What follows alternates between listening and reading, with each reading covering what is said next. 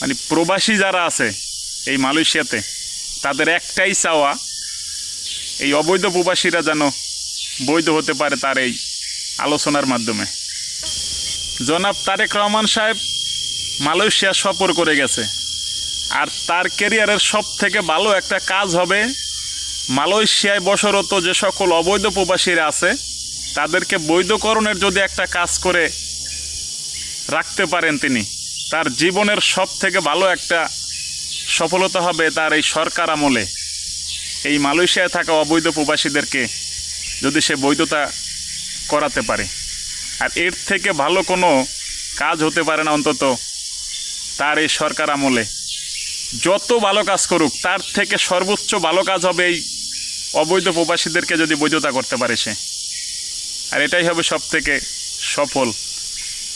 মানে প্রবাসী যারা আছে এই মালয়েশিয়াতে তাদের একটাই চাওয়া এই অবৈধ প্রবাসীরা যেন বৈধ হতে পারে তার এই আলোচনার মাধ্যমে।